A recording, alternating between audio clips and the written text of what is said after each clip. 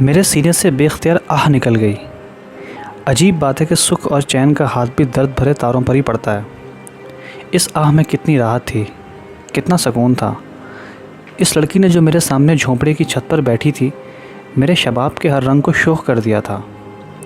میرے روئیں روئیں سے محبت پھوٹ رہی تھی۔ شریعت جو میرے سینے کے کسی نامعلوم کونے میں سوئی پڑی تھی، اب بیدار ہو چکی تھی۔ کیا دوشیزگی اور شریعت تو عام بہنیں ہیں؟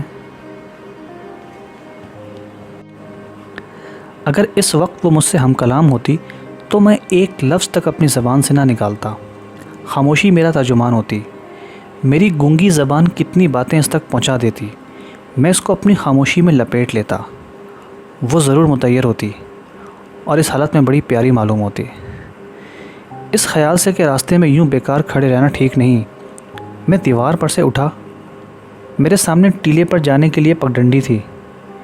اوپر ٹیلے کے کسی پتھر پر بیٹھ کر میں اس کو بخوبی دیکھ سکتا تھا۔ چنانچہ درختوں کی جڑوں اور جھاڑیوں کا سہارا لے کر میں نے اوپر چڑھنا شروع کیا۔ راستے میں 2-3 بار میرا پاؤں پھسلا اور نکیلے پتھروں پہ گرتے گرتے بچا۔ ٹیلے پر جہاں پتھر نہیں تھے، کہیں کہیں زمین کے چھوٹے چھوٹے ٹکڑوں میں آلو بوئے ہوئے تھے۔ اسی قسم کے ایک ننھے سے کھیت کو طے کر کے میں ایک پتھر پر بیٹھ گیا اور ٹوپی اتار کر ایک طرف رکھ دی۔ میرے دائیں ہاتھ کو زمین کا ایک چھوٹا سا ٹکڑا تھا جس میں گندم اگ رہی تھی۔ چڑھائی کی وجہ سے میرا دم پھول گیا، مگر شام کی ٹھنڈی ہوا نے یہ تھکان فوراً ہی دور کر دی اور میں جس کام کے لیے آیا تھا اس میں مشغول ہو گیا۔ اب وہ جھونپڑی کی چھت پہ کھڑی تھی اور خدا معلوم کیسی کیسی آوازیں نکال رہی تھی۔ میرا خیال ہے کہ وہ ان دونوں بکریوں کو سڑک پہ چڑھنے سے روک رہی تھی، جو گھاس چرتی ہوئی آہستہ آہستہ اوپر کا رخ کر رہی تھیں۔ ہوا تیز تھی، گندم کے پکے ہوئے خوشے خرخر کرتی ہوئی بلی کی مونچھوں کی طرح تھر تھرا رہے تھے۔ جھاڑیوں میں ہوا کی سیٹیاں شام کی خاموش فضا میں ارتعاش پیدا کر رہی تھیں۔ مٹی کے ڈھیلوں کے ساتھ کھیلتا ہوا میں اس کی طرف بہت دیر تک دیکھتا رہا۔ وہ اب جھونپڑی کی چھت پہ بڑے عجیب انداز سے ٹہل رہی تھی۔ ایک مرتبہ اس نے اپنے سر کو جنبش دی تو میں سمجھا کہ وہ میری موجودگی سے باخبر مجھے دیکھ رہی ہے۔ میری ہستی کے سارے دروازے کھل گئے۔ جانے کتنی دیر تک میں وہاں بیٹھا رہا۔ ایک بدلیاں گھر آئیں اور بارش شروع ہو گئی۔ میرے کپڑے بھیگ رہے تھے، لیکن میں وہاں سے کیوں کر جا سکتا تھا جبکہ وہ وہیں چھت پہ کھڑی تھی۔ اس خیال سے مجھے بڑی مسرت حاصل ہوئی کہ وہ صرف میری خاطر بارش میں بھیگ رہی ہے۔ یکا یک بارش تیز ہو گئی۔ وہ اٹھی اور میری طرف دیکھے بغیر، میری طرف نظر اٹھائے بغیر چھت پر سے نیچے اتری اور دوسرے جھونپڑے میں داخل ہو گئی۔ مجھے ایسا افسوس ہوا کہ بارش کی بوندیں میری ہڈیوں تک پہنچ گئی ہیں۔ پانی سے بچاؤ کرنے کے لیے میں نے ادھر ادھر نگاہیں دوڑائیں، مگر پتھر اور جھاڑیاں پناہ کا کام نہیں دے سکتی تھیں۔ ڈاک بنگلے تک پہنچتے پہنچتے میرے کپڑے اور خیالات سب بھیگ گئے۔ جب وہاں سے سیر کو نکلا تھا تو ایک خشک آدمی تھا۔ راستے میں موسم نے شعر بنا دیا۔ واپس آیا تو بھیگا ہوا آدمی تھا، صرف بھیگا ہوا آدمی۔ بارش ساری شاعری بہا لے گئی تھی۔